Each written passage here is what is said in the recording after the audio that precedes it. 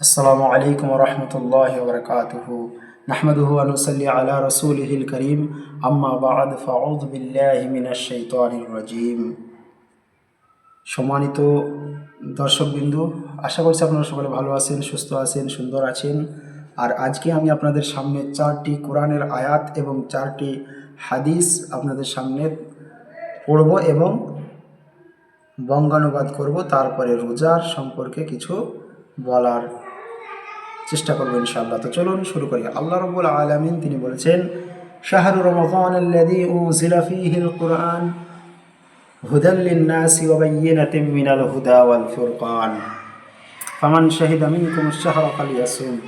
রমজান মাস, যে মাসে কোরআন নাজিল হয়েছে, যা মানুষের জন্য হিদায়াত, এবং যে এই মাসে উপনীত হবে, যে এই মাসে উপস্থিত থাকবে, সে যেন রোজা রাখে। তারপরে দ্বিতীয় আয়াতে আল্লাহ রাব্বুল আলামিন বলছেন, ইয়া আইয়ুহাল্লাযীনা আমানু কুতিবা আলাইকুমুস সিয়াম কামা কুতিবা আলাল্লাযীনা মিন ক্বাবলিকুম লাআল্লাকুম তাত্তাকুন। হে ঈমানদারগণ, তোমাদের উপর রোজাকে ফরজ করা হয়েছে যেমনভাবে তোমাদের পূর্ববর্তী গণদের উপরে রোজাকে ফরজ করা হয়েছিল, যেন তোমরা তাকওয়া অবলম্বন করতে পারো। তৃতীয় আয়াতে আল্লাহ রাব্বুল আলামিন বলছেন, আস-সাওমু লি ওয়া আনা আজিজু বিহি। রোজা আমার জন্য আর আমি তার প্রতিদান দিয়ে থাকি। হাদিসে কুদসি দ্বারা অর্থ হলো, ওয়া ইন তাসুমু খায়রুল লাকুম।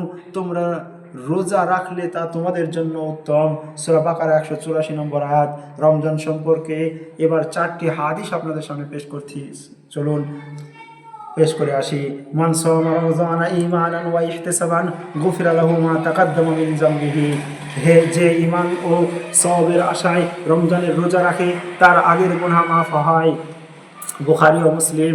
দ্বিতীয় হাদিসে আল্লাহ রাসূল সাল্লাল্লাহু আলাইহি সাল্লাম বলেছেন, ইযা জাআ রমাযানা ফুতিহাত আবওয়াবুল জান্নাহ। রমজান এলে জান্নাতের দরজাসমূহ খুলে দেওয়া হয়। তৃতীয় হাদিসে বলছেন, আস-সাওমু লিস-সায়িমি ফারহাতানি।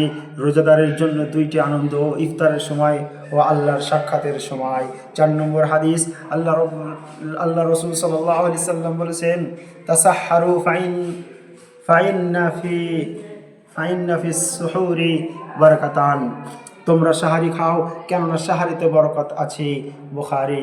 রমজান নিয়ে সংক্ষিপ্ত আলোচনা করছি আপনাদের সামনে। সম্মানিত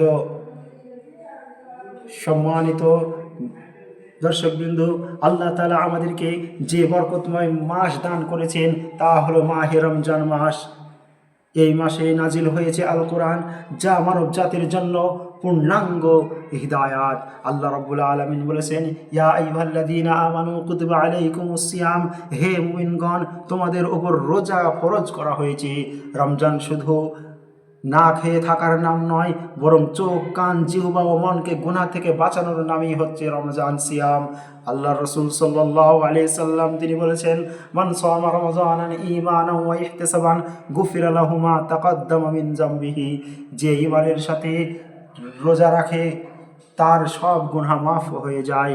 রমজান এলে জান্নাতের দরজা খুলে যায়, জাহান্নামের দরজা বন্ধ হয়ে যায়। এই মাস আমাদের আত্মশুদ্ধির মাস, ক্ষমা পাওয়ার মাস, নাজাতের মাস।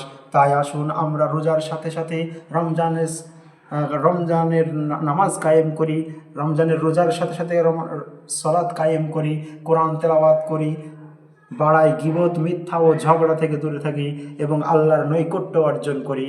আল্লাহ তাআলা যেন আমাদের সবাইকে রমজানের পূর্ণ বরকত দান করেন। আমিন। ওয়া সাল্লাল্লাহু তাআলা আলা খায়রি খালকিহি মুহাম্মাদিন ওয়া আলিহি ওয়া আসহাবিহি আজমাইন। আল্লাহুম্মা আরিনাল হাক্কা হাক্কান ইত্তিবাহু ওয়া আরিনাল বাতিলা বাতিলান ইজতিনাবাহু। আসসালামু আলাইকুম ওয়া রাহমাতুল্লাহি ওয়া বারাকাতুহু।